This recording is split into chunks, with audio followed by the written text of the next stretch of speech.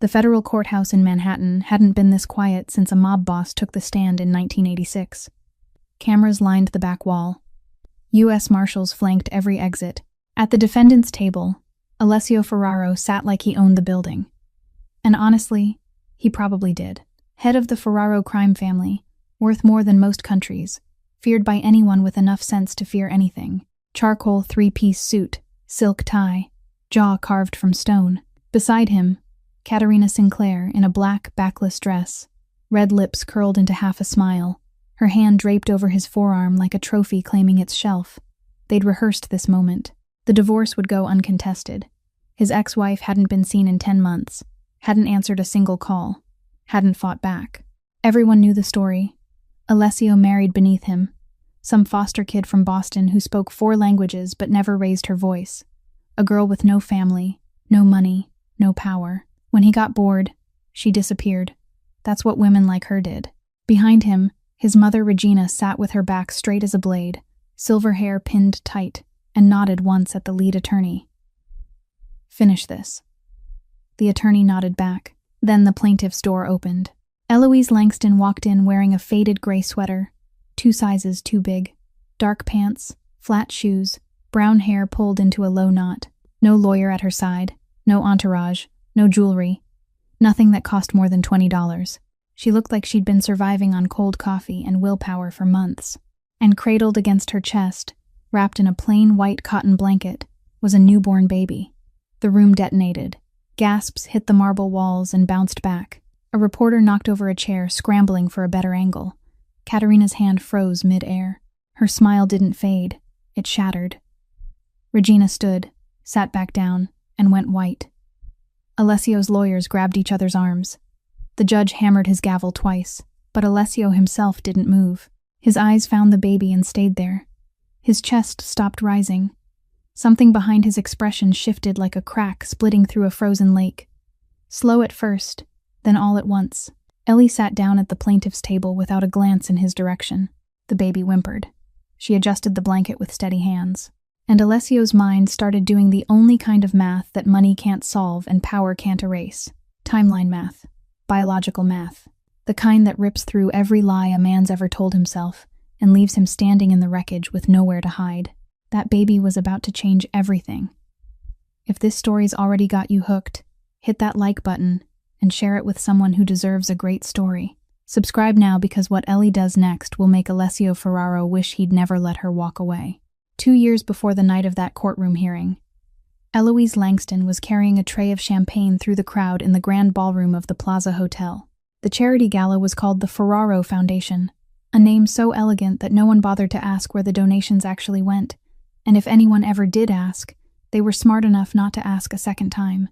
Crystal chandeliers scattered light across the room, men in black suits, women in floor-length evening gowns, the scent of perfume tangled with expensive liquor, and something else Ellie could not name at the time, something she would later understand as the smell of power. She wore a server's uniform, a white shirt, black trousers, her hair neatly tied back, flat shoes with worn soles she had bought at a thrift shop on Atlantic Avenue for $7. She was a ghost in that room, moving among people whose net worth exceeded anything she would earn in a lifetime. And no one looked at her.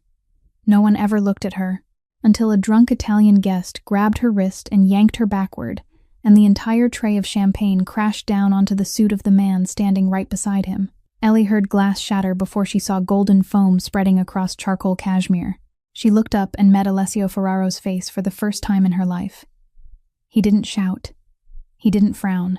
He simply stood there, one hand holding an untouched glass of whiskey, the other hanging loosely at his side, looking down at her with gray eyes that she would later learn never revealed anything unless he wanted them to. Ellie panicked so completely that she forgot English. Instinct pulled her toward the language of the man who had grabbed her, and she apologized in Italian. Fluent, precise Florentine Italian, not the broken kind Americans learned from phone apps. Alessio stopped. The whiskey glass froze halfway to his lips. Around him, bodyguards stepped forward, one seizing the drunk guest, another reaching for a towel. But Alessio lifted his hand and signaled them all to stop, his eyes never leaving her. This girl in a server's uniform, in $7 shoes, trembling with fear, had just spoken Italian more cleanly than half the Italian guests in the room. He said nothing to her. He only nodded once and turned away as if the matter were finished. But it wasn't finished. 20 minutes later, while Ellie was washing her hands in the back kitchen, trying to steady the shaking and telling herself she wouldn't be fired, Tommaso Russo was leaning against the doorway watching her. Tommy, as everyone called him, was Alessio's advisor, his cousin. The man who handled everything Alessio didn't want to do himself. He wore a gray suit, his smile polite, but his eyes were working, scanning her from head to toe like a report being read. He asked her name, asked how many languages she spoke, asked where she lived. His tone, light, conversational. But Ellie knew this wasn't normal conversation, because men like him never asked women like her anything unless someone had ordered them to ask. She answered. 4 languages: English, French, Italian, Spanish. She lived in a basement studio in Queens. She worked 3 jobs: freelance translation, bar service, hotel housekeeping.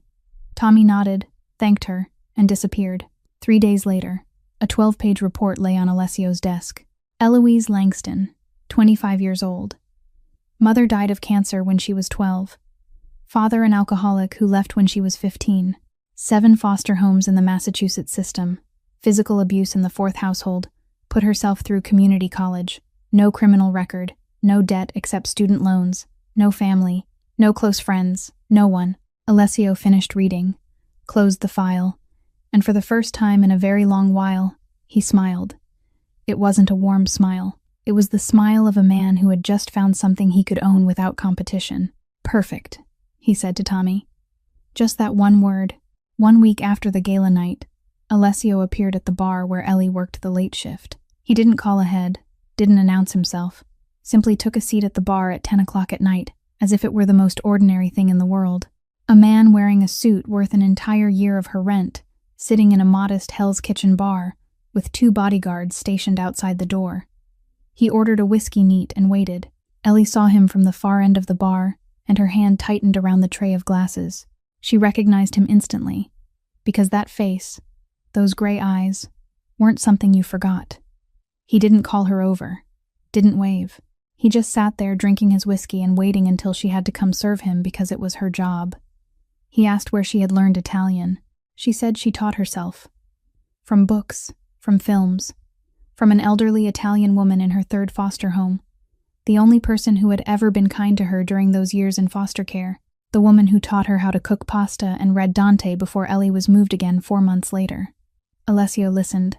He didn't interrupt, didn't look at his phone, didn't turn to speak to anyone else. He just listened. And Ellie, a girl used to speaking while no one listened, suddenly found herself saying more than she had planned to a dangerous stranger in a bar near midnight. He came back 3 times over the next 2 weeks. The second time he brought her a book, an original Italian edition of La Divina Commedia, leather-bound, printed in 1947, the kind of book kept behind glass in antiquarian bookstores, not the kind people gave to bar servers. The third time, he waited until her shift ended, and then said, "Have dinner with me." It wasn't a question. It wasn't exactly an order. It was something in between, and Ellie knew she should say no, but she had said no so few times in her life and no one had ever listened. So this time she said yes, and he took her to an Italian restaurant in the West Village. She had passed hundreds of times, but never dared to look at the menu taped to the window, because she knew one meal there cost a full week of her wages. He ordered in Italian. She ordered in Italian. The waiter looked at her with an expression entirely different from the one she received when she wore a server's uniform. That was the moment Ellie understood something more dangerous than any gun Alessio's world possessed. The feeling of being seen.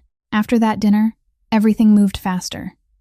He discovered she owned only 1 winter coat, thin, the seam at the shoulder torn, bought at Goodwill 3 years earlier.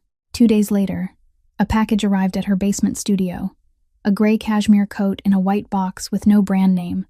But when she put it on, it was lighter than anything she had ever touched, and so warm she nearly cried right there on the sidewalk. Not because of the coat, but because for the first time in 25 years of living, someone had noticed that she was cold. She knew who he was. She wasn't stupid. She read the news. She saw the way restaurant staff lowered their heads when he walked in. She saw the 2 bodyguards always standing 10 steps away. She heard Tommy call him boss instead of using his name. She knew Alessio Ferraro was darkness. But when you grow up in darkness your whole life, you don't fear it. You know it. And when that darkness suddenly takes the shape of a man who listens to you and remembers what you like, you tell yourself that maybe this time will be different. This time wasn't different. 3 months after their first meeting, they stood before a judge at Manhattan City Hall. Ellie wore a simple white dress, her hair loose, holding a small bouquet she had bought herself. Alessio wore a black suit. Tommy served as witness. There was no one else. No friends, because Ellie had no friends. No family, because Ellie had no family. And no Regina Ferraro, because she had refused to come. Tommy passed her message to Alessio before the ceremony, word for word. That girl won't last 6 months. Alessio didn't reply. Ellie never knew about that message. She only knew that when the judge declared them husband and wife, and Alessio kissed her, his lips were warm, but his eyes weren't. The penthouse sat on the 42nd floor of a building on the Upper East Side, the kind of building whose name didn't appear on maps and whose entrance bore no sign, only a doorman who recognized every resident by face and a private elevator that worked only with a keycard. The apartment was larger than every place Ellie had ever lived combined. White marble floors, floor-to-ceiling glass overlooking all of Central Park, a black granite kitchen where no one cooked, a living room with a leather sofa no one sat on, a master bedroom with a king-size bed where most nights only one person slept. During her first week there, Ellie walked barefoot across the cold stone floor and felt as though she were living inside a museum. Everything beautiful, everything expensive, everything forbidden to touch. In the second week, she discovered the cameras. Not the standard security cameras in hallways that every luxury building had, but cameras inside the apartment itself.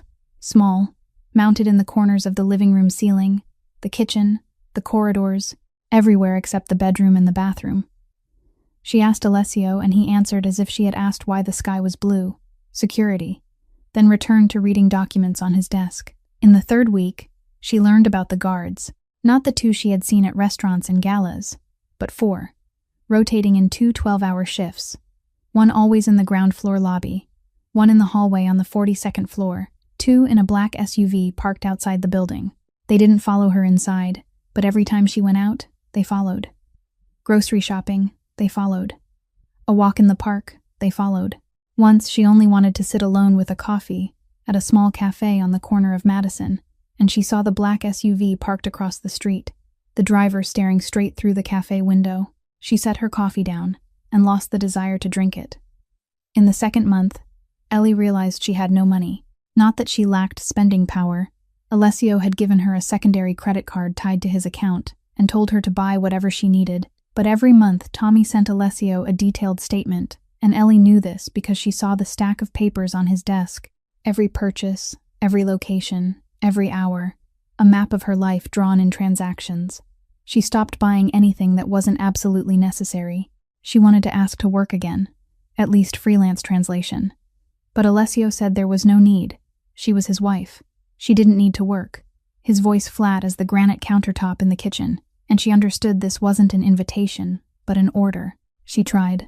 She truly tried. She learned to cook Italian dishes from cookbooks she bought with his credit card. She made osso buco and risotto and tiramisu. Set the table for 2 every night with properly folded napkins and candles already lit. Most nights she ate alone. Alessio came home at midnight, or 1 in the morning, or not at all. And when he did come home, she was already asleep, or pretending to sleep, because she had learned that if she waited by the door, he looked at her the way one looked at a loyal dog, half pity, half irritation. She stopped waiting by the 4th month. Some nights he came home and she heard the shower running at 3 in the morning. Once she got up for water and saw his white shirt crumpled in the corner of the bathroom, dark red stains at the wrist and sleeve. At first she thought it was sauce. Then she realized sauce didn't smell like metal. She didn't ask. By morning, the shirt was gone, and Alessio sat drinking espresso at the kitchen table with clean hands and a new suit, as if the night before hadn't existed.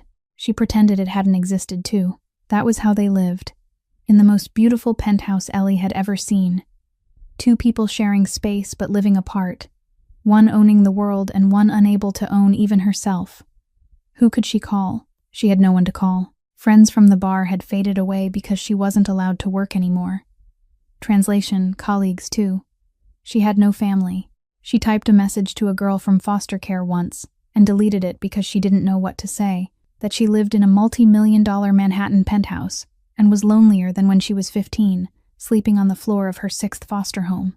Who would believe that? Who would care?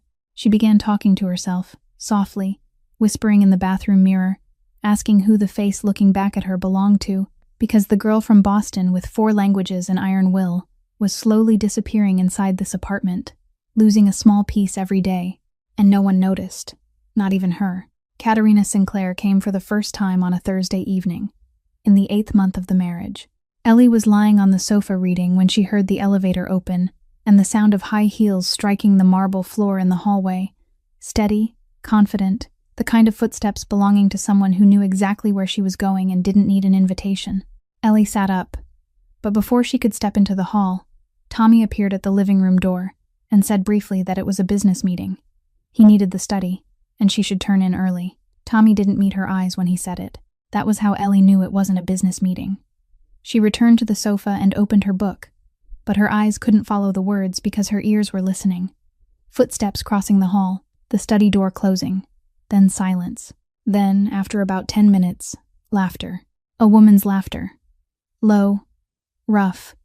The kind of laugh that wasn't sparked by something funny, but by a desire to let the other person know she was enjoying herself.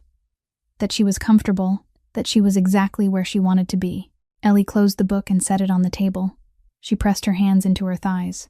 She sat there listening to that laughter seep through the 3-inch thick oak door for the next 2 hours, broken now and then by Alessio's deep voice, the words indistinct, only the tone clear, and she realized he was talking to that woman more than he had spoken to her in the entire past month. Katerina came 3 more times over the following 2 weeks, always in the evening, always after Tommy told Ellie to go to bed early. The 3rd time, Ellie pretended to sleep but waited in the dark hallway and saw her for the first time when the study door opened. Tall, straight black hair falling down her back, a pencil skirt, a deep V blouse, eyes sharp as paper cuts, and the smile of someone who knew she was beautiful and knew that her most powerful weapon wasn't a gun, but the curve beneath expensive fabric. Katerina walked down the hall, and Ellie stood in the shadows less than 10 feet away.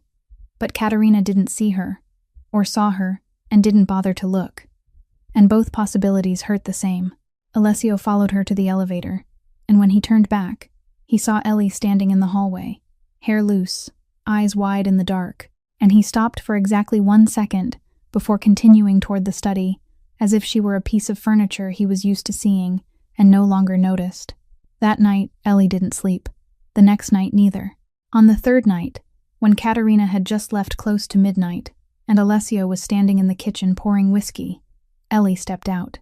The kitchen was dark, lit only by city lights spilling through the glass, leaving both their faces half bright and half shadowed, and Ellie thought she had never seen light describe their marriage more accurately.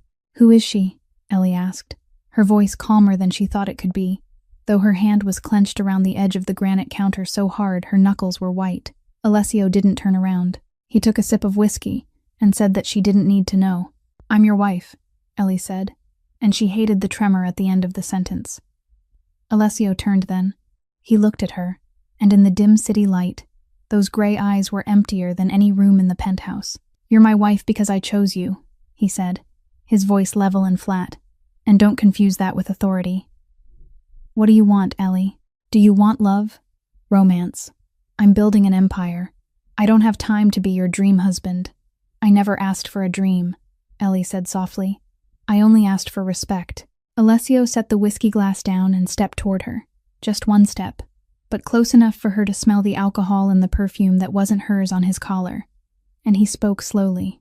"I give you this roof, this protection, this life you, a foster care child abandoned in Boston, never dared to dream of." He paused, letting the sentence hang in the air like a blade, then continued. "If that still isn't enough, then the problem is you, not me." Ellie didn't cry. She wanted to. She wanted to scream that he had just used her deepest wound, the fear of abandonment she had carried for 25 years, the wound she had told him about in those early nights, when she still believed he listened because he cared, and he had turned it into a weapon and driven it straight back into her. But she didn't cry. She had cried enough in foster homes where doors closed and left her alone. She had cried enough when her mother lay dying in a hospital bed, and her small hand held the cooling one that never squeezed back. She didn't cry. She looked at Alessio one last time, memorizing that face in the midnight city light, beautiful and cold and empty. Then she turned away, walked into the bedroom, and locked the door. The click of the lock echoed in the silent hall. Ellie leaned her back against the door, slid down to the floor, pulled her knees to her chest, and for the first time in this marriage, she cried, but in absolute silence, because she had learned as a child that if people heard her cry, they knew she was weak, and if they knew she was weak, they would use it. Outside the door, Alessio's footsteps paused for 1 second, then moved on. He didn't knock. He didn't ask if she was all right. He poured another glass of whiskey and stood at the window looking out over the city below, a city he owned a considerable part of. And he didn't think about the woman crying behind the locked door 10 steps away. Or at least that's what he told himself. 3 months after that night of confrontation, Tommy knocked on the penthouse door on a Tuesday afternoon. Ellie opened it and knew immediately that something was wrong, because Tommy never knocked. He had his own keycard. He came and went like a ghost whenever Alessio needed him. And the fact that he knocked meant he wasn't there for Alessio that day. He was there for her. He held a large, pale, yellow envelope, thick, the kind lawyers used when they wanted your life to change, with a signature on paper. Tommy handed it to her and said he was sorry, then looked down at the floor. It was the first time Tommy had apologized to her since she had stepped into the life of the Ferraro family, and those 3 words told her everything she needed to know before she opened the envelope. Divorce papers. 17 pages. Legal language as cold as the marble floor beneath her feet. Plaintiff, Alessio Ferraro. Grounds, irreconcilable differences. No mention of Caterina. No mention of the nights he didn't come home. No mention of bloodstains on white shirts or a woman's laughter behind the study door. Just 4 clean words, neat and orderly, as if this marriage had died of natural causes instead of being killed. Ellie set the stack of papers down on the kitchen table, the black granite table where she had stood 3 months earlier, and listened to her husband tell her that the problem was her, and she looked at Tommy. He was still standing by the door. He said that Mrs. Ferraro would call her. Then he left. The phone rang 15 minutes later. Regina Ferraro's voice on the line was like scissors cutting through fabric, sharp, precise, not wasting a single syllable.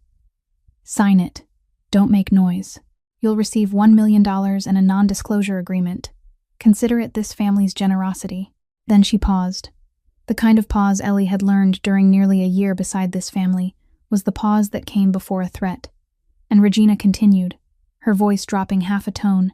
You won't tell anyone anything you saw or heard while living with the Ferraro family. Not the press, not the police, not anyone. And I trust you understand the consequences if you don't keep your word, because this family has a very good memory and a very long reach. A silent line. Ellie held the phone to her ear and listened to her own breathing. Steady, slow, unexpectedly calm. Because inside her nothing was calm at all, but she had spent 25 years learning how to hide everything that was breaking inside. She said she understood. 2 words. Then she hung up. She sat down at the kitchen chair and looked at the divorce papers on the table. $1 million. It sounded like a lot, but compared to Alessio Ferraro's hundreds of millions, $1 million wasn't compensation. It was a tip. It was the money you left on the table after a meal, so the server would clean up and stay quiet, and Ellie understood, clearly and sharply as a blade, that she had just been liquidated. Not divorced. Liquidated. Like a bad investment you cut loose to keep the books clean before the next quarter. Regina had been right from the beginning. That girl wouldn't last 6 months. Ellie had lasted nearly 12. Maybe Regina should have been annoyed at the wrong prediction, but the result was the same. Ellie was still removed, and the elevator doors still closed behind her just like every door that had closed throughout her life. 2 weeks after the divorce papers lay on the kitchen table, Ellie began to vomit. At first it was in the morning, and she thought it was stress. Lack of sleep. Her body finally surrendering, after nearly a year of living under constant tension. Then she vomited in the afternoon too. Then the smell of espresso that Alessio drank every morning, a smell she had grown used to over 12 months, suddenly turned her stomach inside out. Then she realized her period was 3 weeks late. She sat on the bed in the bedroom she still locked every night, and counted the days in her head, again and again. And each time the count came out the same, and each time it did, her heart beat a little faster. She needed a pregnancy test, but she couldn't buy one anywhere near the penthouse, because the guards followed her everywhere, and every credit card transaction landed on Tommy's desk at the end of the month. She needed to go out alone. For the first time in nearly a year, she needed to become the ghost she had been before Alessio Ferraro saw her. She waited until Saturday, the day the guard shift changed at 2 in the afternoon, and there was a gap of about 15 minutes when the old team left and the new one hadn't taken position yet. She had watched this schedule for months, not because she planned to run, but because when you live in a cage long enough, you unconsciously memorize every weakness in the bars. She put on a hoodie, pulled on a baseball cap, took the stairs down to the basement, slipped out through the maintenance entrance, and stepped onto the Upper East Side sidewalk at 2:07 on a Saturday afternoon, like an ordinary woman out for a walk. She took the subway to Queens, got off at Jackson Heights, walked 4 blocks to a small pharmacy wedged between a laundromat and a Vietnamese pho restaurant. She bought the pregnancy test with cash, $23 in cash she had hidden in her bra for weeks, $5 and $10 bills she had slowly saved from tips during the rare moments she slipped out for coffee when the guards were careless. The pharmacy bathroom was small, flickering fluorescent light, dirty yellow tile, a loose lock on the door. Ellie sat on the closed toilet lid, held the test, and waited. The longest 3 minutes of her life. Longer than the night her mother died. Longer than the first time she was moved from her 3rd foster home, the only family she had ever loved, sitting in the back seat of a social worker's car with a plastic bag holding everything she owned on her lap. 3 minutes. Then 2 lines appeared. Pink. Clear. Impossible to deny. Ellie stared at those 2 lines and the world stopped. Not the beautiful kind of stop you see in movies, with light pouring in and music rising. The kind where the ground disappears beneath your feet and you fall freely without knowing when you will hit bottom. A baby. Alessio Ferraro's child.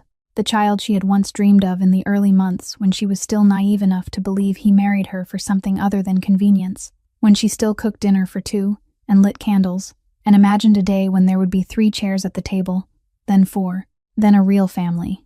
That dream had died long ago, but the baby was real, and Ellie sat in a pharmacy bathroom in Queens, holding the pregnancy test with hands shaking so badly she nearly dropped it, her mind racing through every possible outcome. If she told Alessio, he wouldn't feel joy at becoming a father. He would see an heir. The Ferraro family had been waiting for a successor since Alessio took power, and a son would be the final brick, completing the empire his father built, and he expanded. They would take the child, not with love, with lawyers, with money, with familiar judges, with midnight phone calls no one ever heard. They would turn the child into another Alessio, cold, ruthless, taught that power was everything and love was weakness, or worse. If she tried to keep the baby, they would fight. And who was she? An orphan from foster care, no family, no money, no power, standing against a criminal empire with its own lawyers, its own judges, and people willing to do what lawyers and judges couldn't. She would lose. She always lost. But there was a third outcome, the worst one. If Alessio knew about the baby, the divorce papers would disappear. Not because he wanted her to stay, because he wanted the child to stay. And she would be kept, not as a wife, but as a vessel. The golden cage would never open again. And this time the chains wouldn't be cameras or guards or credit cards, but the child growing inside her. She would never be free. Ellie sat in that bathroom for 30 minutes. The pregnancy test lay in her palm.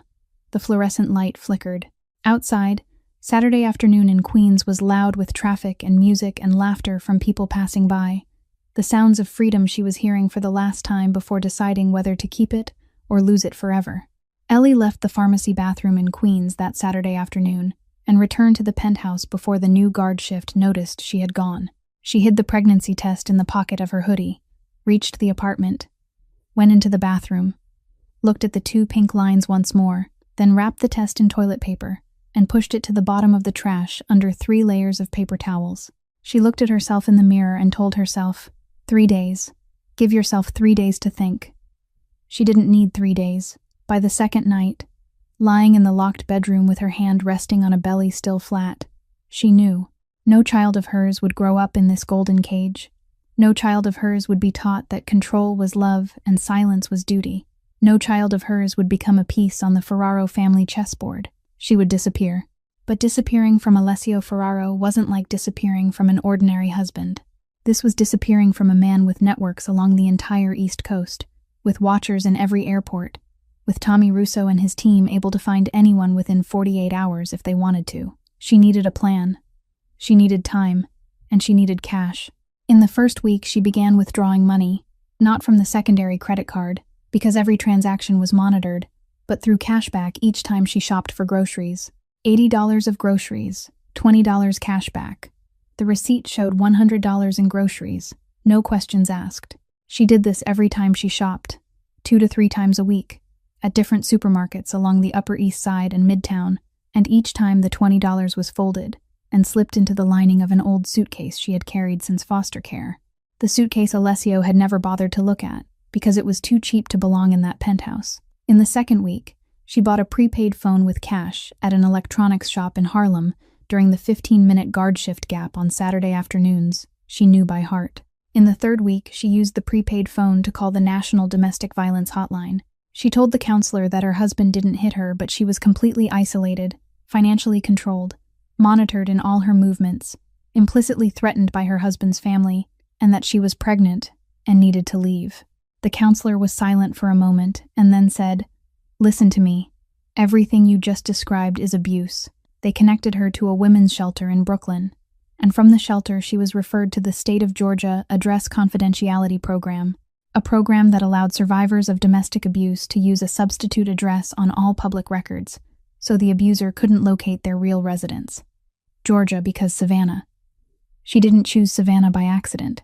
She researched for 3 consecutive nights on the prepaid phone under the covers, the screen light washing her face in the bedroom dark. She needed a city far enough from New York, small enough to be affordable, large enough to be anonymous, with community clinics that accepted uninsured patients, with internet fast enough for her to teach languages online. Savannah met everything. Warm year-round, near the sea. No one there knew the name Ferraro. It took her 4 weeks to prepare.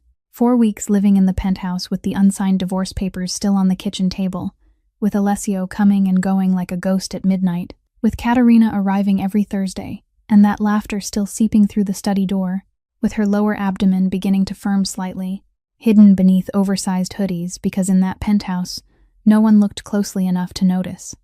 She waited for the right moment. The moment came on a Friday night, when Alessio told Tommy he wouldn't be home for the weekend. She knew where he was. The entire penthouse knew where he was. No one said it out loud. At 3 a.m. on Saturday, Ellie woke. No alarm, because she hadn't slept. She put on jeans, a hoodie, flats, and left the cashmere coat he bought her hanging on the rack. She carried 2 things: the old foster care suitcase holding clothes, documents from the Address Confidentiality Program, the prepaid phone, and $760 in cash, and a small shoulder bag with her passport, and the pregnancy test she had carefully wrapped and kept, for reasons she didn't fully understand. Perhaps because it was the only proof the baby was real. She stepped into the kitchen one last time. She placed her wedding ring on the black granite counter, exactly in the center, directly under the ceiling light. The 3-carat diamond ring lay there, small, glittering, alone on the wide surface.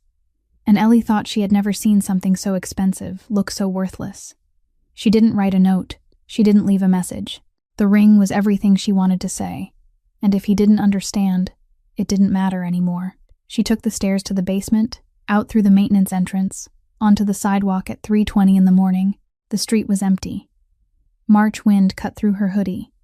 She walked 4 blocks to the Greyhound bus station at 34th Street and 11th Avenue. She bought a ticket with cash. New York to Savannah, Georgia. 14 hours. Hard seats. Flickering neon lights. The smell of diesel and old plastic upholstery. She took a window seat. The bus pulled out at 4:15 in the morning, and as it passed through the Lincoln Tunnel and emerged on the far side of the Hudson River, Ellie turned to look back at the Manhattan skyline through the rear window. The skyscrapers blazed in the night, one of them holding the penthouse where a wedding ring lay alone on a kitchen table. And as the city shrank to a thin, glowing outline and then disappeared entirely into the dark, Ellie placed a hand on her belly, and for the first time in nearly a year, she let herself exhale fully, exhaling the penthouse, and the cameras, and the guards, and Katerina's laughter, and Alessio's cold gray eyes, and Regina's threat, and the divorce papers, and the metallic smell of blood on a shirt at 3 in the morning. She breathed it all out until her lungs were empty, and then she breathed in, slow and deep, and the new air tasted of night highway and diesel and freedom. The Greyhound bus arrived in Savannah at 6 in the evening the next day, and when Ellie stepped off the platform with her old suitcase and shoulder bag, Warm air pressed against her face like a soft hand. Savannah was unlike anywhere she had ever lived. Not like Boston, frozen with narrow streets and foster care memories sealed at every corner. Not like Manhattan with its steel and glass and marble and cold gray eyes. Savannah had ancient oak trees draped with Spanish moss like silver hair, small squares scattered through the city center, the salty breath of the sea woven into the afternoon breeze, and golden sunlight slipping through leaves to cast dappled shadows on red brick sidewalks. She found an apartment on her third day in Savannah, a second-floor unit in an old building on Bull Street near Forsyth Park. 1 bedroom, a small kitchen, a bathroom with a hot shower that lasted about 10 minutes before turning cold, windows facing the neighbor's roof, and if she tilted her head just right, she could see a slice of blue sky above the oak at the end of the street. The landlord was an old man named Gus, sun-browned skin, straw hat, who asked her exactly 2 questions, her name and how she would pay. She said Eleanor, and said cash. He nodded, handed her the keys, and asked nothing more. Rent was $450 a month. With the $760 she had left, she had just enough for the first month and the deposit. She needed work immediately. On the 4th day, she registered on 3 online language teaching platforms, teaching French and Italian to students in Europe and Asia, using the name Eleanor Grant, relying on free internet at the Savannah Public Library until she could afford her own connection. Income was uneven, some weeks $200, some weeks only $80, but she lived on ramen and rice and canned beans, and she had lived with less her whole life, so this wasn't hardship, this was normal. In her 2nd week in Savannah, she went to the community health clinic on Habersham Street, a federally funded clinic for uninsured patients, sliding scale fees, cash accepted, no identification required beyond a name and date of birth. The obstetrician was Dr. Ruth Calloway, a woman in her 60s with silver hair pinned up, round-framed glasses, small, steady hands, and a Georgia drawl that moved as slowly as honey poured from a spoon.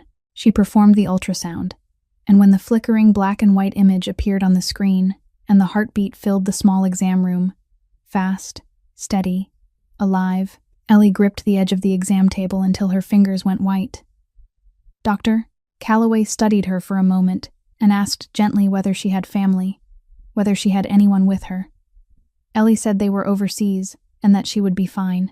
The doctor nodded and didn't press, but from that visit on, she always stayed 10 minutes longer, asking what Ellie ate, how she slept, whether she needed referrals or support. And Ellie understood that Dr. Calloway didn't believe she was fine, but was wise enough not to force the truth. Ellie wasn't fine. She cried every night in the small apartment on Bull Street, lying on a single bed, bought from a Goodwill for $40. Thin blanket, worn pillow, listening to crickets outside the window, and jazz drifting from the bar on the corner, crying because her loneliness ached down to the bone. Her body changed, her belly grew, her back hurt, her ankles swelled. She craved cheese and pickles and hot chicken soup she couldn't afford, because that week she had earned only $90. In week 16, lying in bed near midnight, she felt it. Not pain, not contractions. Something lighter, softer, like a butterfly brushing the inside of her belly. The baby kicked. For the first time, Ellie held her breath, pressed her hand to her stomach, and waited. It kicked again. Stronger. Real. She wanted to tell someone. She wanted to shake a shoulder beside her and say she felt it. The baby kicked. But there was no one beside her. No one to call at midnight. No one to share what should have been the most beautiful moment of a mother's life. She lay there with her hand on her belly, eyes fixed on the ceiling, tears sliding back into her hair, and she whispered to the baby that it was just the 2 of them, but that was enough. She promised it was enough. In week 28, everything nearly ended. She was teaching an online French class at 3 p.m. when her vision blurred. A brutal headache bloomed at the back of her skull, and her hands swelled until she couldn't type. She shut the laptop, called a taxi, and went to the emergency room at Memorial Health Savannah. Her blood pressure read 160/105, preeclampsia. They put her on a bed, attached monitors, ran magnesium sulfate into her veins, and for the next 3 hours, Ellie lay alone, listening to the steady beep of the monitor and the sound of her baby's heartbeat through a small speaker strapped to her abdomen, gripping the bed rails with both hands until metal bit into her palms, telling the child inside her in a trembling but unbroken voice that she wouldn't lose them, that she wouldn't let anyone take them, that they had to stay with her. The attending physician asked if there was anyone she needed to call. She shook her head. The doctor looked at her. Alone, nearly 7 months pregnant. No visitors, no calls. And Ellie saw in the doctor's eyes the thing she hated most in the world: pity. Her blood pressure stabilized after 6 hours. They kept her overnight for observation. She lay in the hospital room, hallway light seeping through the door, nurses' footsteps passing back and forth. And she didn't sleep. She rested her hand on her belly and felt the baby move gently, as if saying they were still there. And Ellie closed her eyes but didn't sleep, just lay there, holding her child with her hands and her will, and a promise that even if the world turned its back, she never would. 9 weeks after that night in the emergency room, on a Tuesday evening in week 37, Ellie was sitting on the bed grading assignments for her Italian students when the first pain arrived. It wasn't the dull backache she had grown used to over the past 3 months. This was different. Deeper. Lower. As if someone had grabbed her entire lower body and twisted. She stopped, set the laptop aside, breathed slowly, and told herself it was a Braxton Hicks contraction, the false kind Dr. Calloway had warned her about. But 15 minutes later it came back, stronger. Then 12 minutes after that, then 9. And when Ellie stood up from the bed, she felt warm liquid running down her legs and looked at the old wooden floor of the Bull Street apartment and understood that this wasn't practice. This was real, and the baby was coming 3 weeks early. She called a taxi on the prepaid phone, her hands shaking so badly she dialed the wrong number twice. She shoved her wallet into her bag, grabbed the small hospital bag she had packed since week 35 on Dr. Calloway's advice. Inside newborn clothes, diapers, a white cotton blanket she bought at Walmart for $12, and the documents from the address confidentiality program. She locked the apartment door, gripped the railing down the stairs, and every step brought a new wave of pain, and she bit her lip until she tasted blood. The taxi arrived after 11 minutes. 11 minutes standing on the Bull Street sidewalk at 10 o'clock at night, alone, pregnant, contractions 7 minutes apart, leaning against a lamppost and breathing the way Dr. Calloway had taught her, in for 4, out for 6, except Dr. Calloway taught it in a brightly lit clinic with a comfortable chair, not on a dark sidewalk that smelled of damp oak trees while jazz still drifted from the corner bar, as if the world didn't know she was standing there alone, about to give birth. The taxi drove her to Memorial Health in 12 minutes. She crossed the emergency room doors at 10:33 at night, her cervix already 5 centimeters dilated, and the nurses rushed her straight to labor and delivery. The delivery room was flooded with white light, monitors, a steel bed, the smell of antiseptic. A nurse asked if anyone was with her, if there was anyone they should call. She shook her head. They exchanged a look. She saw it. She didn't care. She cared only about the next contraction rising like a wave as she gripped the bed rail and pushed when the doctor told her to push, and screamed when her body told her to scream. There was no hand holding hers, no voice whispering that she was doing great, that she should keep going, that someone was there. Only her and a team of strangers and the steady beeping of monitors and blinding white light. She pushed. She screamed. She pushed. She thought she would die. She thought her body would split in 2. Then the doctor said they could see the baby's head. One more push, and Ellie gathered everything she had left inside her. Everything. 7 foster homes, and a dead mother, and a father who left, and a cold penthouse and empty gray eyes, and a wedding ring, lying alone on a kitchen counter, and $760 in cash, and a 14-hour Greyhound ride, and a Queen's pharmacy bathroom, and 2 pink lines. She gathered it all into one final push, and she screamed. Not a scream of pain, but a scream of 27 years. And the baby was born. 5:17 in the morning. Dawn was rising over Savannah outside the hospital window, the sky shifting from black to purple to pink, and in the delivery room there was crying. Not Ellie's. The baby's. A boy. Small, red, wrinkled, perfect. The doctor placed him on Ellie's chest, still wet, still crying, heavier than she expected and lighter than anything she had ever held. She looked down. His nose, Alessio's nose, straight and sharp. Even seconds after birth she recognized it. His eyes. Her eyes, brown, wide, still closed, but she knew. She felt it. He stopped crying when his skin touched hers.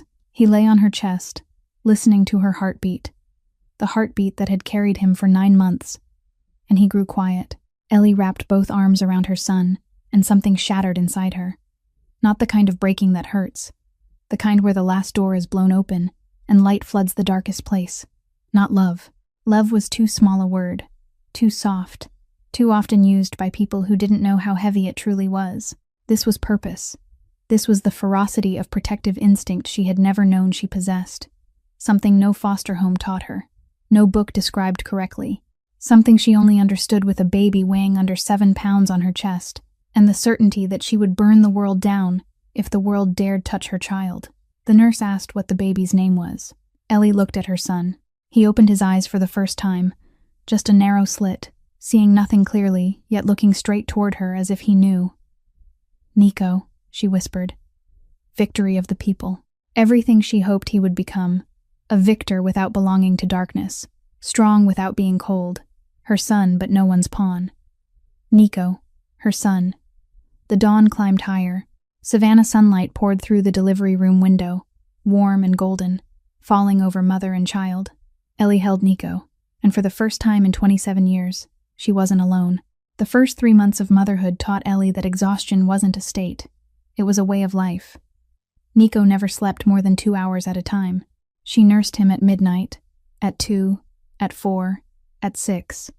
Then the day began, and she made coffee with one hand while holding him with the other, and the coffee was always cold before she finished it, because he cried again, or needed a diaper change, or needed to be burped, or needed to be walked back and forth through the small Bull Street apartment until he fell asleep on her shoulder, only to wake the moment she laid him down, as if sleep were a game he refused to play by the rules. She taught French online while he slept, typing as softly as possible, holding her breath whenever he stirred. She washed clothes by hand in the kitchen sink because there was no washer. She boiled water for formula supplements at 3 a.m. with eyes only half open. She lived on 2 hours of sleep, cold coffee, instant noodles, and something she could only call pure instinct, the thing that wouldn't let her collapse, because there was a 7-pound life entirely dependent on her, and she wasn't allowed to fall. But she was stronger than before, stronger than she had been in the penthouse, stronger than when she listened to Katerina's laughter behind the study door, stronger than when she sat on the floor of a Queen's Pharmacy bathroom staring at 2 pink lines. Every morning she looked at Nico and knew she was doing the right thing. But every night, when he slept and the apartment fell silent, fear returned. The Ferraro family had people everywhere. Tommy Russo had once bragged that Alessio's network stretched along the East Coast, from Boston to Miami, that no one had ever tried to disappear from Alessio Ferraro and succeeded for long. Back then, Ellie thought Tommy was boasting. Now she thought he had been warning her. Savannah wasn't far enough. No place was far enough. One day, someone would recognize her face, or a system would update, or records would be cross-checked, or Alessio would simply decide to look for her, and when he decided to look, he would find her. And when he came, he wouldn't come alone but with lawyers, with money, with quiet power, with everything she didn't have, and he would take Nico.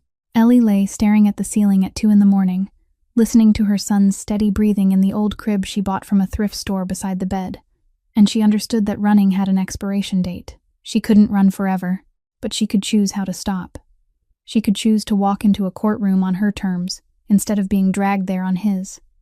The truth was the only weapon she had, and she needed to use it before he found her.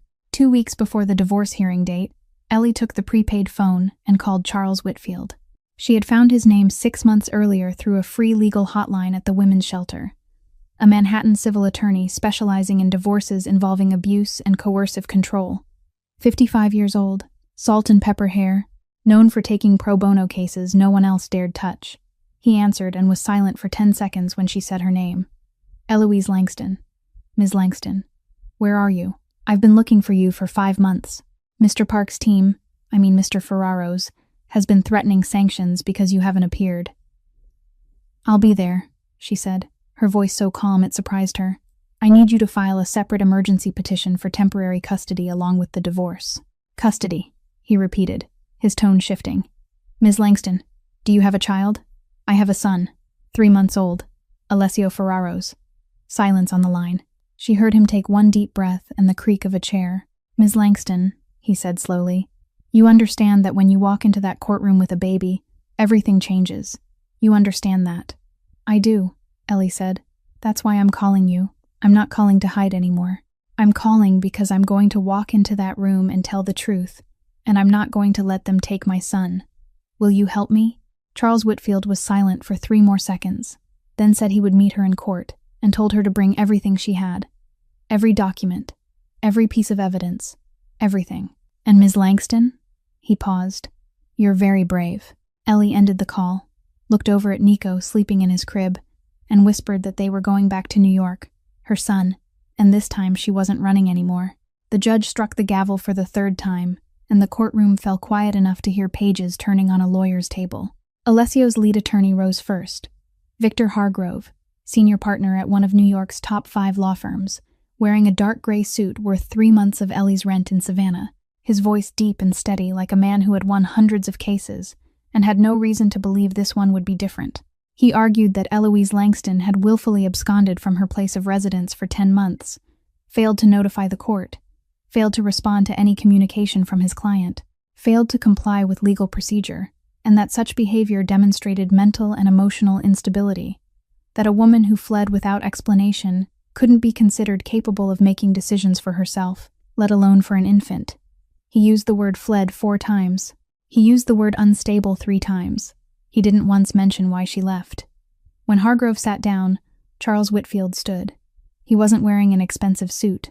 White shirt with rolled sleeves, dark blue tie, salt and pepper hair slightly disheveled from a night spent preparing files. He opened with a single sentence. "Your Honor, my client didn't flee. She escaped." Then he opened his case. Exhibit 1. A report from the Brooklyn Women's Shelter documenting that Eloise Langston contacted the National Domestic Violence Hotline and was assessed as a survivor of psychological abuse and systematic coercive control. Exhibit 2. Records from the state of Georgia Address Confidentiality Program, confirming she qualified for protected status as a domestic abuse survivor. Exhibit 3. A sworn affidavit from Eloise Langston detailing complete social isolation, financial control through a secondary credit card system with all transactions monitored, in-home surveillance cameras, and 24-hour external security, and implicit threats from her husband's family upon receipt of divorce papers. Exhibit 4. The birth certificate of baby Nico, born at Memorial Health, Savannah. Mother Eloise Langston, father unacknowledged. Charles placed each document on the judge's bench, each one a brick in a wall Alessio's legal team hadn't prepared to face, because they came ready for a default judgment, not a fight. Hargrove objected, saying the allegations hadn't been independently verified, that Mr. Ferraro had never been convicted of abuse, that security systems were protective, not controlling. The judge looked at Hargrove and said she would review the matter, then turned to Ellie. "Ms. Langston, do you wish to address the court?" Ellie stood. Nico slept in her arms, eyes closed, unaware that his mother was standing in a courtroom facing the most powerful man on the American East Coast. She didn't look at Alessio. She looked at the judge. Her voice wasn't loud, but it was steady. The voice of someone who had cried every tear and had nothing left to lose but the child in her arms. "Your Honor, I don't want Mr. Ferraro's money. I don't want the penthouse. I don't want assets or compensation. I'm not here for revenge. I'm here for my son. I'm asking for full custody. If Alessio Ferraro wants to be a father, he has to prove he can be one. Not with money, not with lawyers, not with power, with actions, with real change, with evidence that he can put a child's needs above his own need for control. Until he proves that, my son stays with me." The courtroom was silent, not the fearful silence from when she entered, a different silence. The kind that followed 200 people watching a foster care orphan with no money, no power, no backing, look straight at the Ferraro empire and say no. Nico made a small sound in his sleep. Ellie lowered her voice, gently patted his back, and sat down, and then Alessio spoke. Not through his attorney, not through Tommy, himself. His voice low, almost a whisper, but the room was so quiet that even a whisper rang like a shout. "Is that my son?" 3 words, not an order, not a demand, a question. And in that question was something Ellie had never heard in Alessio Ferraro's voice during the entire year she lived with him. Something trembling, something cracked, something like a man realizing he had lost something he never knew he had. Ellie looked at him for the first time since entering the courtroom. Those gray eyes, once cold as steel and empty as the penthouse, now held something else. A fracture. Small, but real. She didn't answer. She didn't need to. The baby had his nose and the entire courtroom could see it. The judge reviewed the evidence, consulted with both legal teams, and 20 minutes later issued a temporary ruling. Temporary custody was granted to Eloise Langston. Alessio Ferraro was granted supervised visitation, contingent upon participation in psychological counseling and proof of a safe environment for the child. A full hearing was scheduled for 3 months later to assess progress. When the gavel struck to adjourn, Ellie held Nico tight against her chest and exhaled. She hadn't won. Not yet, but she hadn't lost. And for her, today, that was enough. If you're still here with this story, then you're already part of our family. Tap like and tell us what you think will happen next in the comments. Don't forget to subscribe, because what happens after this hearing is where everything truly begins. Ellie stepped into the courthouse hallway with Nico in her arms, and Charles Whitfield walking beside her, saying something about next week's schedule and additional filings, but she didn't hear him clearly because her ears were still ringing with the sound of her own heartbeat, still faster than normal since the moment she stood and spoke before the court. The hallway was long, stone-floored, lit by fluorescent lights, reporters held back beyond the security doors, their noise still rolling in like distant surf. She heard footsteps behind her before Charles could turn. Fast, heavy, decisive footsteps.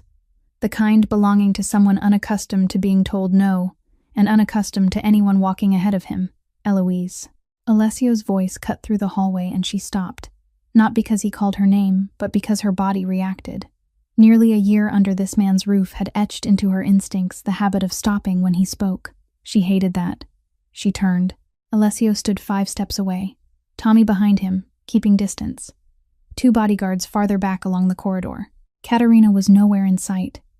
Perhaps she had left through another exit, or perhaps she was wise enough to know this wasn't the moment to stand beside him. Charles stepped forward, angling himself slightly in front of Ellie like a shield, but Ellie placed a hand on his arm and shook her head once. She looked at Alessio. He looked at her. Then his gaze dropped to the baby in her arms and stayed there, and she saw his jaw tighten, then loosen, then tighten again, like a man trying to swallow something too large for his throat. "You hid my son," he said, his voice low and controlled. But beneath that control something was cracking, and they both knew it. "You hid my son for 10 months. You gave birth alone, and never told me." Ellie looked at him, and she was afraid enough that her knees wanted to give way. But she had given way enough in her life, and she would not do it again in front of this man. Not now, not with her child in her arms. She spoke calmly, each word precise. "I know exactly what you can do. I know you have lawyers you can buy, judges you can call, people willing to do what lawyers and judges won't. I know your family has a long memory and a long reach. Your mother made that very clear to me on the phone. I know everything you could do to me if I stayed. That's why I ran." Alessio stood there and said nothing. Not the silence he chose, not the powerful silence he wielded in boardrooms and penthouses and every room he entered. This was the silence of a man who couldn't find words because for the first time in his life, someone was looking him straight in the face and telling him the truth, without lowering her eyes, without shaking, without pleading, simply stating why she feared him, and leaving that truth standing in the courthouse hallway, like a mirror he couldn't turn away from. Tommy stared at the floor. Charles held his position, his eyes on Alessio with the wary focus of someone who knew he was standing close to a predator. Nico stirred in Ellie's arms and made a small sound, and in the quiet hallway it rang louder than anything spoken before. Alessio looked at the baby, looked at Ellie, then looked at the baby again. He opened his mouth as if to say more, but nothing came. He turned away, walked off. Tommy followed. The bodyguards followed Tommy. Footsteps receded along the stone floor, until only echoes remained, then nothing. Ellie stood there holding Nico, and her legs began to shake, violently. She had held herself together long enough, and now her body demanded payment. Charles placed a hand on her shoulder and asked softly if she was all right. She nodded, even though she wasn't. She would be, but not yet. Right now she only needed to leave this building and breathe air that didn't smell of expensive perfume and power and lies. Alessio returned to the penthouse at 8 o'clock that night after the hearing, not saying a word in the car from the courthouse to home. Tommy in the front passenger seat knowing better than to speak, the driver knowing better than to glance at the rearview mirror. The private elevator rose to the 42nd floor.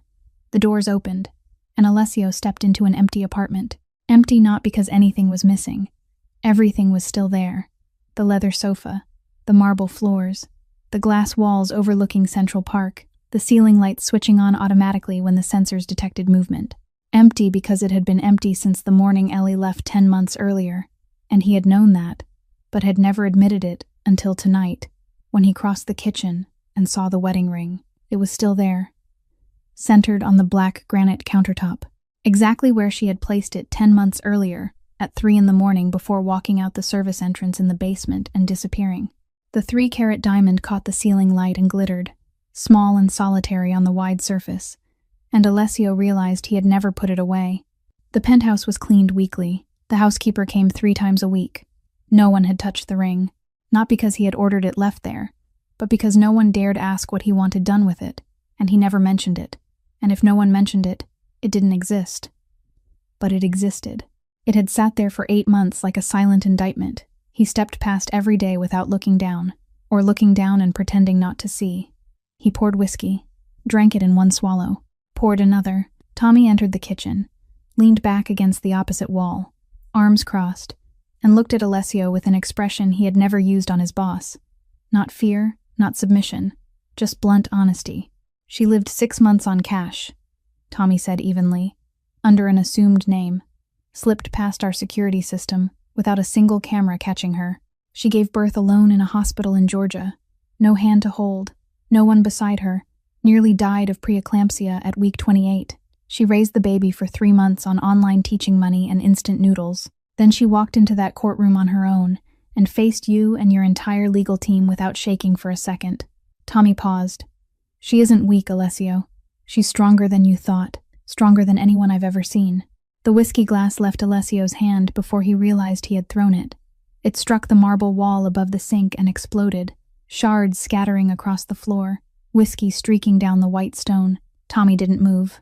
He had seen Alessio furious before, had seen him slam tables, smash phones, break whatever was within reach when a deal collapsed or someone betrayed him. But Tommy knew tonight was different. Tonight, Alessio wasn't angry at someone else. He was angry at himself. And that was a kind of anger Tommy had never seen in his boss, because Alessio Ferraro never turned the blade inward. Not until now. Alessio stood in the middle of the kitchen, his arm still lifted from the throw, breathing hard, eyes fixed on the shattered glass on the floor but not really seeing it. He saw the dark hallway in this penthouse 9 months earlier, a Thursday night, Katerina just gone, him walking her to the elevator and turning back to find Ellie standing in the shadows of the hall, her hair loose, her eyes wide, and he had known she was there. He had known she had heard. He had known she had seen Katerina, and he had walked past her as if she were a ghost, because to him, then she was a ghost, an object, the wedding ring on the kitchen counter he saw every day but no longer valued. He remembered her eyes that night, brown, wide, not angry, not crying, just looking at him with something worse than anger or tears, looking at him with understanding, with acceptance that she held no value in his eyes, and she had been right, because he had walked past without stopping. Alessio lowered his arm, looked at the ring on the counter, looked at the glass on the floor, looked at Tommy still leaning against the wall, silent, waiting. He said hoarsely, "I have a son." "Yes," Tommy said, "and she didn't tell me because she was afraid of me." "Yes, because she had reason to be afraid." Tommy didn't answer that last line. He didn't need to. The silence was answer enough. Alessio turned to the glass wall, the city blazing below with millions of lights. And somewhere in that city, or beyond it, Ellie was holding his son, the child he hadn't known existed until this morning, holding him alone the way she had done everything alone since the day he decided she wasn't worth stopping for. Katerina arrived at the penthouse the next morning uninvited. She had her own keycard because Alessio had given it to her 4 months earlier when Ellie still lived there. A detail he had never reconsidered until now, when she stepped out of the elevator at 9 o'clock in the morning wearing a white blazer and black trousers, hair sleek, lips red, carrying 2 cups of coffee from the cafe downstairs, as if this were an ordinary morning, and yesterday's hearing had been nothing more than a minor inconvenience to be managed. She set the coffee on the kitchen counter less than a hand's width from Ellie's wedding ring without so much as glancing at it, and said she had spoken with Hargrove that morning, that he believed the temporary ruling could be appealed, though it would take time, but she knew Judge Morrison in the Brooklyn family court. that he owed Polly Graziano a favor from last year. And if Alessio wanted, she could arrange for the case to be reassigned to Morrison's courtroom, and the outcome would be completely different. The woman would lose custody within 2 weeks. She spoke about his son, about his son's mother, about buying a judge to take a child away from the woman who had carried him alone and kept him alive. And she did it in the same tone, one used to discuss a corporate merger strategy. Emotionless, purely calculated. Alessio looked at Caterina standing in his penthouse kitchen with her coffee and her plan to purchase a judge, and her confident smile and knife-sharp eyes. And for the first time, he truly saw her. Not a lover, not an ally, a parasite. She clung to his power the way moss clings to stone. She did not love him. She loved the name Ferraro and everything that name unlocked, and if he lost everything tomorrow, she would be at the side of the next powerful man before he finished setting his glass down. Exactly the way he had used Ellie. Took her because she was convenient. Kept her because she was easy to control. Discarded her when she no longer served a purpose. He and Caterina were not lovers. They were two parasites who had happened to find each other. "Get out," Alessio said. Caterina stopped mid-sentence. She looked at him, waiting for more, waiting for context, waiting for explanation, because she was a lawyer, and lawyers required context. He gave her none. "Get out. We are done. Leave the keycard on the table." Caterina set the coffee down slowly, deliberately, though her fingers tightened around the cup more than necessary. He added before she could speak that she should not think about using any information she had about his business, that she knew better than anyone what happened to people who threatened the Ferraro family. His voice did not rise or fall. It was flat. It was the most dangerous tone Alessio Ferraro possessed, and Caterina was smart enough to recognize it. She placed the keycard beside the coffee, picked up her bag, stepped into the elevator, and when the doors closed, Alessio saw her hand shaking. He felt nothing. No regret. No longing. No sense of loss. She was a chapter he had closed. That afternoon, he drove to Regina's house on Long Island. The 3-story gray stone estate sat on 2 acres, the place where he had grown up, where his father once sat at the dinner table and taught him that Ferraro men did not apologize, did not explain, did not show weakness. Regina received him in the living room, tea already poured into 2 cups. She always knew before he arrived. Her network required no cameras or guards, only the ability to read her son. "That baby," Regina began flatly. "That foster care girl is using him to play games. The baby is a pawn." "If he were a pawn, she would have used him to demand money," Alessio said. She stood in front of the judge and said she did not want a single dollar. She did not want the penthouse. She only wanted her child. "You call that a pawn?" Regina set her teacup down. She looked at her son, and in her eyes was something Alessio had never seen before. Not anger, not disappointment, almost surprise, because her son had never spoken back to her, not once. Since his father died, she had made the final decisions in this family, and Alessio had carried them out. That was the order. That was how the Ferraros operated. Until now. "You want a grandson," Alessio said calmly, his gaze fixed on hers without wavering. "You want an heir. I have an heir. But if you want to know your grandson, you will have to earn it, just like I will. You will not buy judges. You will not threaten Ellie. You will not call her and remind her of consequences. If you want to be in Nico's life, you will walk through the front door like a normal person and prove you deserve it, just like I will have to prove it." Regina stared at her son. 15 seconds of silence stretched longer than any negotiation Alessio had ever been part of. Then she said he had changed a great deal in a single night. "No," Alessio said. "I should have changed long ago." He set the untouched teacup down, stood, and left the Long Island estate without looking back. On the drive back to Manhattan, Tommy caught his reflection in the rearview mirror, and for the first time in 12 years working with Alessio Ferraro, Tommy did not know who the man in the back seat was, but he thought maybe that was a good thing. Dr. Philip Ward's office was on the 6th floor of a building on 68th Street and Park Avenue, 9 blocks from Alessio's penthouse, close enough to walk, but Alessio still drove out of habit. And because Ferraro men did not walk city streets like ordinary people, the office was smaller than he expected. He had imagined expensive leather sofas, abstract art on the walls, and spa-like lighting, but instead there were 2 gray fabric armchairs facing each other, a small table with a box of tissues, a window looking out at rooftops, and a water tank on the neighboring building. And Dr. Ward himself, a man in his early 60s with closely cut gray hair, black framed glasses, and a light blue shirt without a tie, sitting with a notebook he never opened the entire session. Alessio sat in the opposite chair at 10 o'clock on a Monday morning, the first appointment ordered by the court, and said nothing. 5 minutes, 10 minutes, 15 minutes. Doctor. Ward said nothing either. He sat there with one leg crossed, hands resting on his knees, looking at Alessio with the calm gaze of a man who had spent 30 years facing every kind of human being and had never been frightened by any of them, not even the Mafia boss now sitting in front of him. 16 minutes, Alessio said. Aren't you going to ask me anything? Dr. Ward replied. I don't need to ask. You'll speak when you're ready. 17 minutes. Alessio said, I don't believe in this. Doctor. Ward nodded and said most people who sit in that chair say the same thing, usually because they're trying to delay saying the thing they're actually afraid to say. Silence. 20 minutes. Alessio looked out the window. Then he said, My father died when I was 25, and it was the first time he had ever spoken about his father to anyone outside the language of business, power, or inheritance. My father taught me that Ferraro men are not weak, that emotions are a luxury leaders can't afford, that women are either allies or burdens with no gray space in between, that control is protection, and that anyone who resists control is a traitor. He stopped. Dr. Ward did not write anything. He simply listened. How did your father teach you these things? He asked.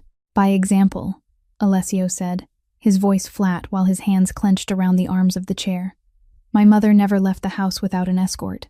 My mother didn't have her own account until my father died. My mother never contradicted my father once in 30 years of marriage. And what would you call that? Dr. Ward asked. Alessio looked at him.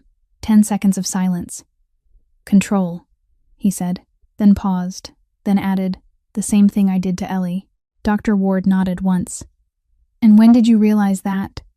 Yesterday, Alessio said, when she stood in the courthouse hallway and said she was afraid of me, and she had reason to be.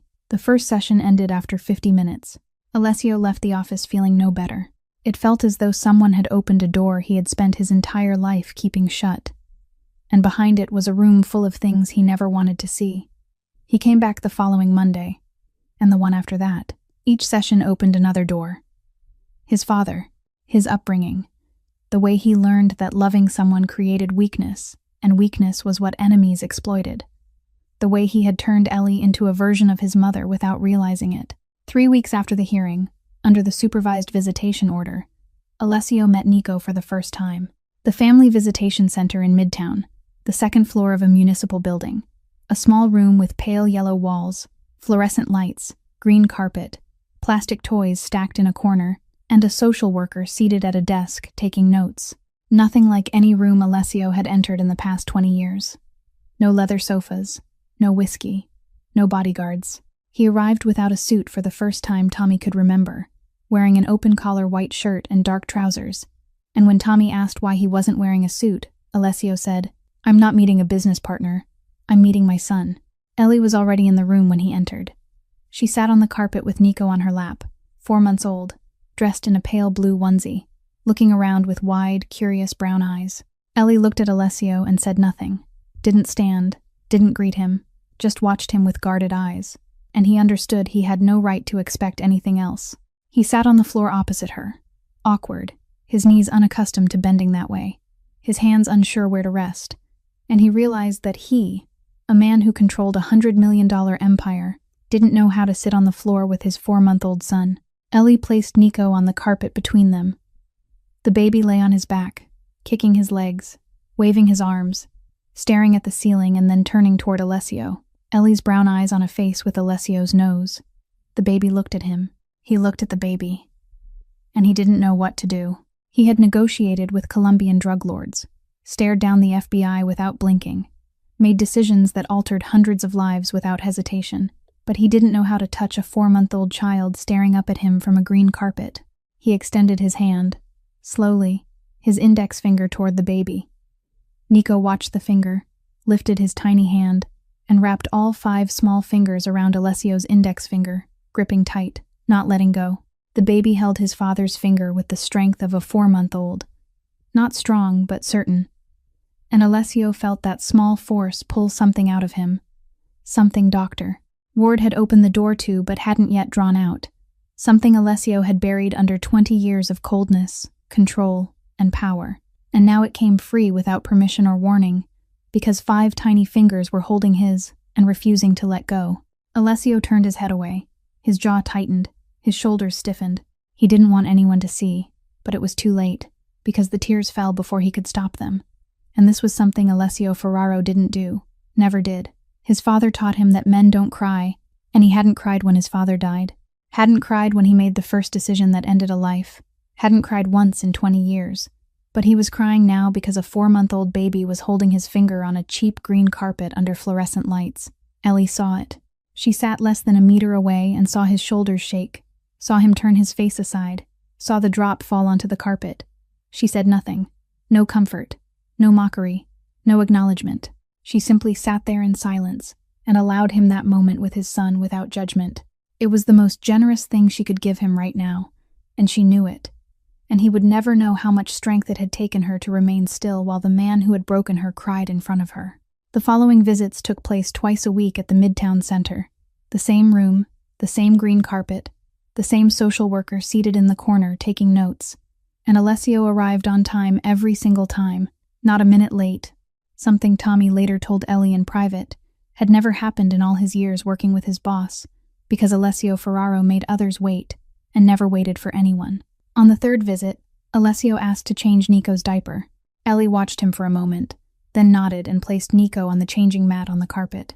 Alessio knelt down, opened the old diaper, and everything after that turned into a disaster. He opened it backward. He pulled the adhesive tabs so hard they tore. He took out a clean diaper but put it on back to front. Nico kicked non-stop and caught Alessio's hand twice, and Alessio looked at the baby with the same expression he usually reserved for stubborn negotiation opponents. He folded the diaper, taped it crookedly, loose on one side, and when he lifted Nico, the diaper slid down one of the baby's legs. Ellie watched the entire process without helping. Her lips didn't smile, but the corner of her mouth shifted slightly, just a little. And it was the first time since the hearing that something crossed her face that wasn't caution or coldness.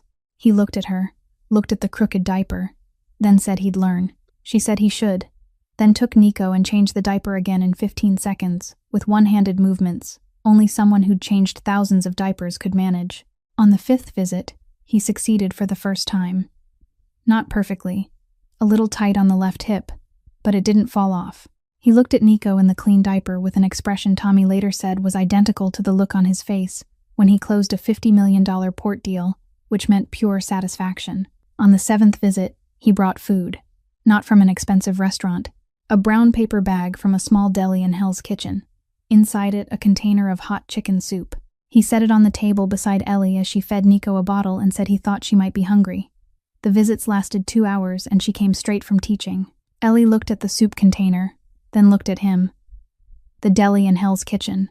She'd mentioned it once, only once, more than 2 years earlier, on the second night they went out, when he asked what she liked to eat most, and she said chicken soup from the small deli near the bar where she worked, because she used to buy a container after winter night shifts, to hold on the walk home to warm her hands before eating. She'd mentioned it once, more than 2 years ago. "You remembered that," she said. Not a question, almost as if she were speaking to herself. "I remember more than you think," Alessio said. "I just didn't know how to show you." Silence. Nico finished his bottle, eyes growing heavy. Ellie didn't respond. She didn't thank him. She didn't smile. She didn't say he didn't have to do that or that it didn't change anything. She simply opened the soup, took the plastic spoon, and ate, slowly, spoon by spoon. The soup was hot and salty, tasting of chicken and onion and celery, and something like the memory of winter nights, walking from the bar back to the basement studio in Queens, when she'd been free and poor and lonely, but at least lonely by choice, rather than lonely by force inside a gilded cage. She finished the soup, set the empty container on the table, and that was all. No further words. But Alessio looked at the empty container and understood she'd eaten everything, and in the language the two of them had spoken far too little during a year of marriage, an empty soup container was the largest answer she could give him right now.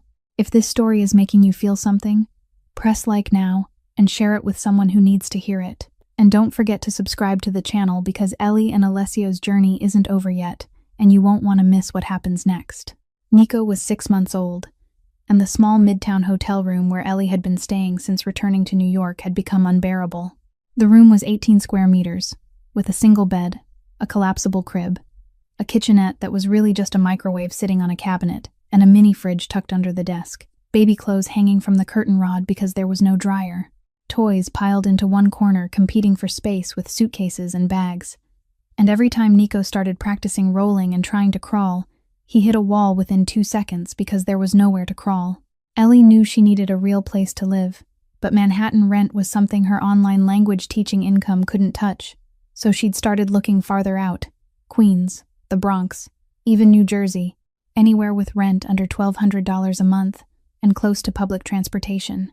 Alessio learned about it through Tommy because Tommy knew everything, and Tommy told Alessio not to interfere, but because he'd seen the hotel room once when he came to pick Alessio up after a visit, and Tommy knew a 6-month-old baby couldn't grow up in 18 square meters. Alessio came to the next visit with a proposal. "Before you say no, just hear me out." He said he owned a brownstone in Park Slope, Brooklyn, legally, on the books of a real estate company, not tied to anything else, and she could check. Ground floor, 3 bedrooms, a small backyard, close to good schools for when the baby got older, a safe neighborhood. She'd pay market rent, $2,800 a month, and she could call any broker to confirm that was standard for the area. Not free, no strings, no favors, but it was safe, and he was 10 minutes away if she needed anything for Nico. Ellie looked at him, and every instinct in her screamed, no, no, because this was Alessio Ferraro, and everything he gave came with a price. No, because the last time he gave her a home, that home came with cameras and guards and monitored credit cards. No, because she'd gone too far and endured too much to step back into any cage, no matter how beautiful it looked. But she also looked at Nico squirming on the visitation room carpet, trying to crawl, and he needed space, and he needed a yard to play in, and he needed his own room, and she couldn't let her pride or her fear decide over her child's needs. She said she'd go see it, with no promises. She went to see it and hated herself for loving it immediately.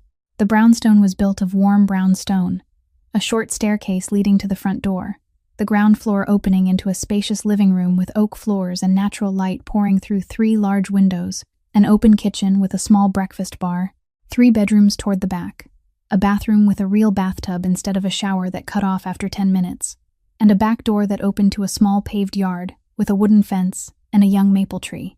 She stood in the empty living room and imagined Nico crawling across that wooden floor, imagined him taking his first steps there, imagined summer afternoons with him playing in the yard beneath the maple, and her throat tightened because she'd never had a home.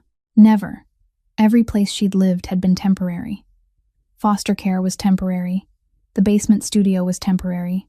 The penthouse was a cage. Savannah was escape. The hotel was survival. And now she was standing in this apartment, with Brooklyn afternoon light spilling across the floor, and she wanted to cry because she loved it, and she hated that it came from him. She went back to Alessio and said yes, with one condition. If he crossed any boundary at all, she'd leave immediately. No questions, no explanations, no second chances. He said agreed. She moved in 2 weeks later. Alessio came to help. He assembled the new crib she'd bought from a secondhand baby store, reading the instruction manual with an expression Tommy secretly photographed and kept on his phone because Tommy said he'd never seen his boss frown at a piece of furniture assembly instructions. He mounted bookshelves in Nico's room, positioned the dining table exactly where Ellie pointed, and he didn't once suggest where she should put anything or how she should decorate or change a single detail. He only asked where she wanted things and did exactly that. By 6 p.m, everything was done. Cardboard boxes were stacked in the corner of the living room. Nico slept in his new crib in his own room for the first time in his life. Late afternoon light slanted through the kitchen window. Alessio stood at the door and said he should go so she could settle in. Ellie nodded. "Thank you. For everything today." He smiled, softly. Not the power smile or the controlling smile she'd known before. Just a smile, then stepped out, walked down the brownstone steps, and Ellie closed the door. She stood in the middle of the living room. Cardboard boxes, oak floors, evening light. The sound of Nico's steady breathing coming through the baby monitor. And she felt something she hadn't had a word for until now. Something foster families never gave her. Something the penthouse never gave her. Something Savannah almost gave her, but not quite, because in Savannah she was still running. Here she wasn't running anymore. Here she chose to stay. And this apartment, with its wooden floors and the maple tree in the yard and the crib in her son's room, this place was home. For the first time in 27 years, home. Ellie had been living in the Brooklyn brownstone for 3 weeks when the envelope appeared. On a Saturday morning, she opened the front door to push Nico's stroller out for their usual walk and almost stepped on it. A white envelope with no name, no stamp, no return address, placed directly on the brownstone step in front of her door. She picked it up, opened it, and found 2 things inside. The first was a photograph, taken from a distance, probably with a telephoto lens from across the street or farther.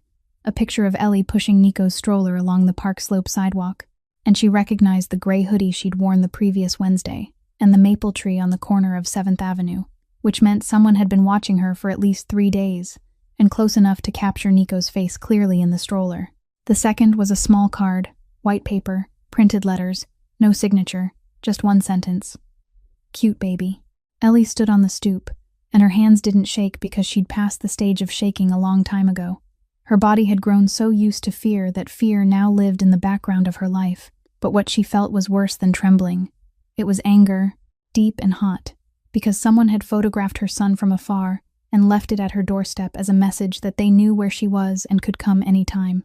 She brought Nico inside, locked the door, and called Alessio. He arrived in 9 minutes. She knew because she checked the clock. He looked at the photo, looked at the card, and his face didn't change, but his eyes did.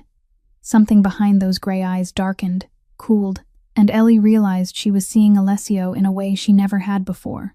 Not the clumsy father struggling with diapers and crying when his son grabbed his finger, but the head of the Ferraro family, the man people feared, and the reason they feared him. Del Vecchio, he said, almost to himself.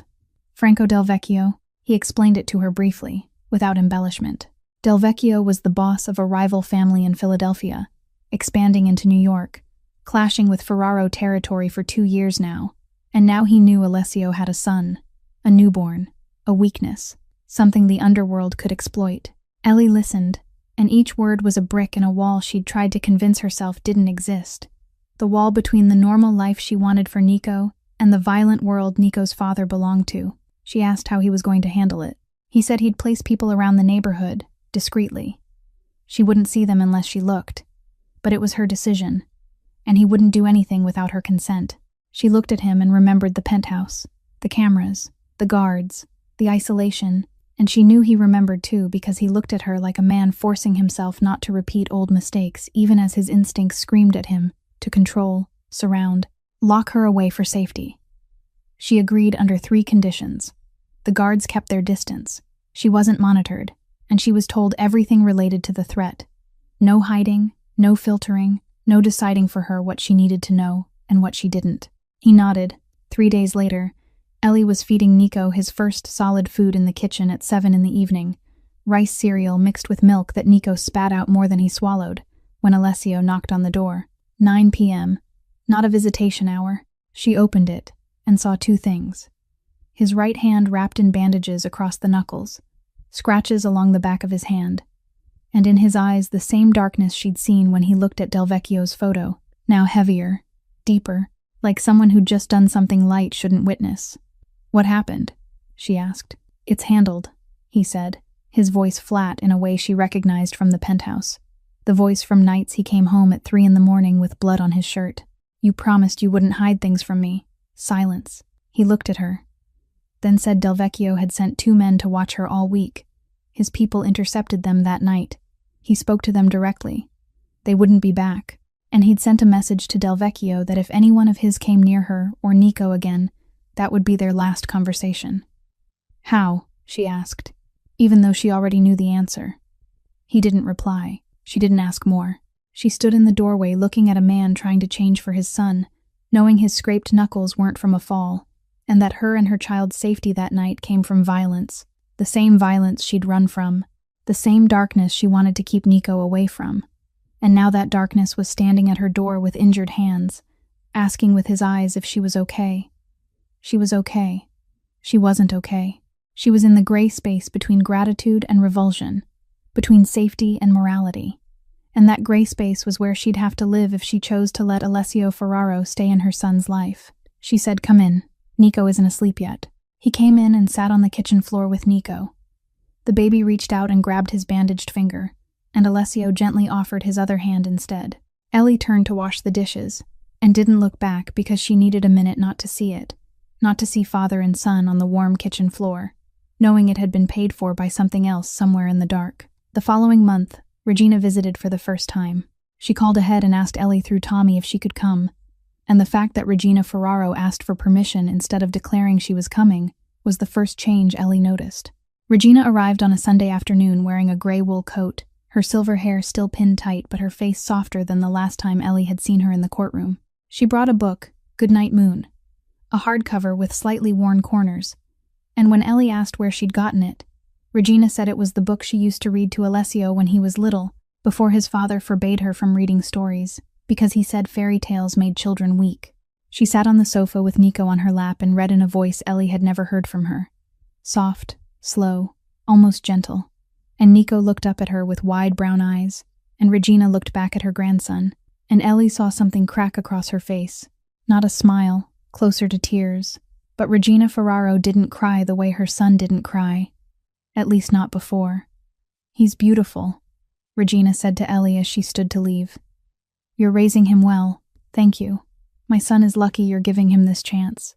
Ellie looked at her and said he's making that chance himself. Regina nodded slowly, then stepped out the door, and on the brownstone stoop she paused for a second, looking at the quiet Park Slope street on a Sunday afternoon, with its maple tree and brick sidewalks and sunlight filtering through leaves, and Ellie thought maybe Regina was looking at something she'd never had for herself. A normal home, on a normal street, where her grandson would grow up not in a gray stone Long Island mansion with lessons about emotion being weakness, but here, with oak floors and Goodnight Moon, and a mother who read to him every night, and maybe that realization was both a relief and a kind of grief for everything she'd never given her own son. Nico turned 1 on a Saturday in June, and Ellie held his birthday party in the backyard of the Park Slope brownstone. Not a big party, not a Ferraro-style event with champagne and hotel ballrooms, just the small paved yard with the maple tree that had grown taller since she moved in, a wooden table covered with a white cloth, blue paper plates, and a small one-tier cake she baked herself at 5 in the morning while Nico was still asleep. The frosting uneven because she'd never been good at decorating cakes, but she wrote Nico's name in blue icing, the N slightly slanted and the O a little crooked, and she thought it was perfect. The guest list was short. Doctor. Calloway flew in from Savannah because she said she wouldn't miss the first birthday of the baby she'd emotionally delivered for 6 months, even if she hadn't been the actual obstetrician. Charles Whitfield came with his wife and brought a stuffed bear bigger than Nico. Tommy came, wearing jeans instead of a suit for the first time, and he looked like a completely different person. Regina came carrying a new book, Pat the Bunny, hardcover, and a small silver bracelet engraved with Nico's name, which she said was a Ferraro family tradition for a child's first birthday, and when she said it, she looked at Ellie instead of Alessio, as if asking permission, and Ellie nodded. Alessio arrived last. White shirt with the sleeves rolled up, dark pants, no suit, no guards entering the yard, and as he stepped through the back door, Nico was sitting on the picnic blanket under the maple tree. Saw him, lifted both arms, both of them, and made a sound Ellie had been trying to teach him for 2 weeks. Baba. Not very clear. Almost Baba. But clear enough for Alessio to stop in the middle of the yard and stand there for 3 seconds before lifting his son, and Ellie saw his jaw tighten in the way she'd learned. Meant he was trying not to let emotion show, and not succeeding very well. The afternoon passed slowly and warmly. Nico grabbed cake with both hands, and smeared more on his face than into his mouth. Regina held her grandson for the first time without being asked, and sang a lullaby in Italian that Alessio said he'd never heard her sing before. Then she looked at him and said softly that she used to sing to him every night until his father forbade it, because he said fairy tales made children weak. Alessio didn't reply. Tommy took photos with his phone, many of them. Nico smiling, Nico covered in frosting, Regina holding Nico, Ellie cutting the cake, and one photo Tommy later said was the most important he'd ever taken. Alessio sitting on the back steps watching Ellie wipe Nico's face with a wet cloth while Nico laughed. Afternoon sunlight falling on their hair, and Alessio looking at them with an expression Tommy had never seen on his boss in 12 years. The look of a man who knew he'd nearly lost everything and was trying with everything he had to deserve what he was lucky enough to still hold. Guests left at 7. Regina hugged Ellie before leaving, short and stiff because she wasn't used to hugging people. But she hugged her, and Ellie hugged back. Tommy shook Alessio's hand and said quietly that he was doing great, boss. Ellie bathed Nico, put him in pajamas, fed him a bottle, and Nico fell asleep at 8 in his crib. She walked into the living room, and Alessio was still on the sofa, 2 cups of tea on the table, which he'd made while she bathed Nico, and she realized he hadn't asked if he could stay. He'd just made tea and waited, and if she told him to leave, he would.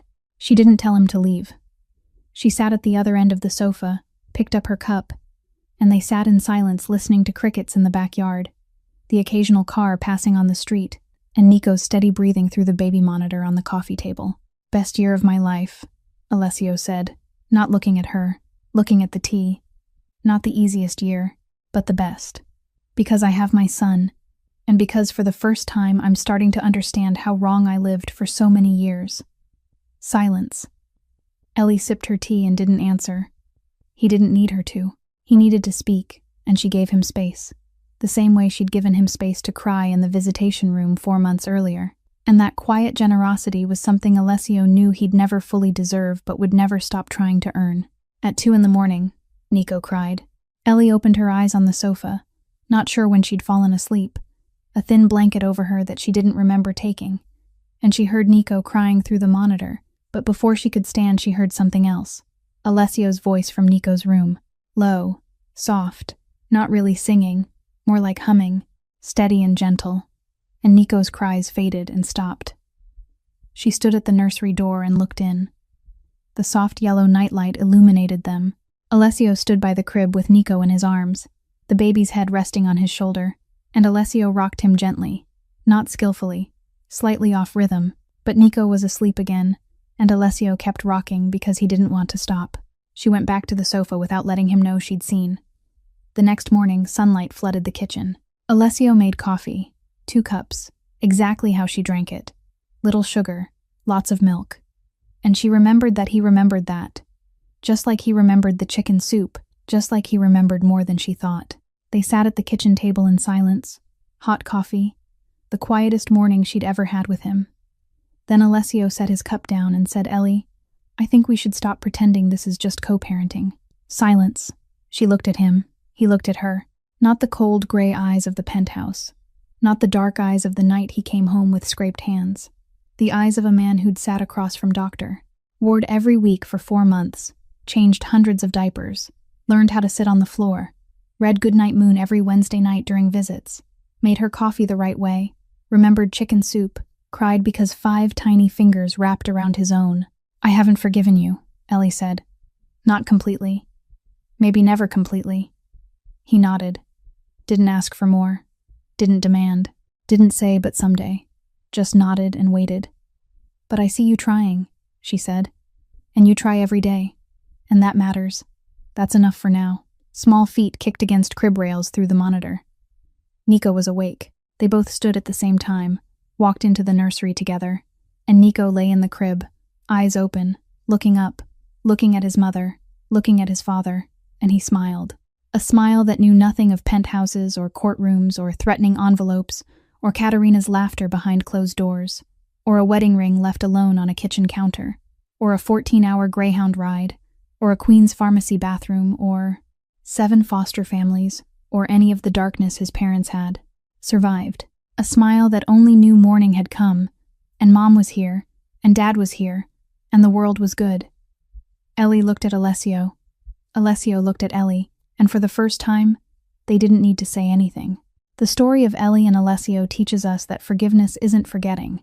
Forgiveness is seeing someone trying to change and giving them space to prove it through actions, not words. It also reminds us that true strength doesn't come from power or money. It comes from daring to walk away when you must and daring to stay when you should. And above all, real love isn't possession. It's respect. It's listening. It's letting the other person be who they are. If this story touched your heart, please like and share this video with someone you love so we can spread these values together. Please subscribe to our channel so you don't miss the next stories. We'd truly love to hear how this story made you feel, what you saw in Ellie or Alessio that reflected your own life. So please share your thoughts in the comments below. Thank you sincerely for staying with us until the very end. We wish everyone watching good health, a joyful life, and peace and happiness every day. Goodbye, and we'll see you in the next video.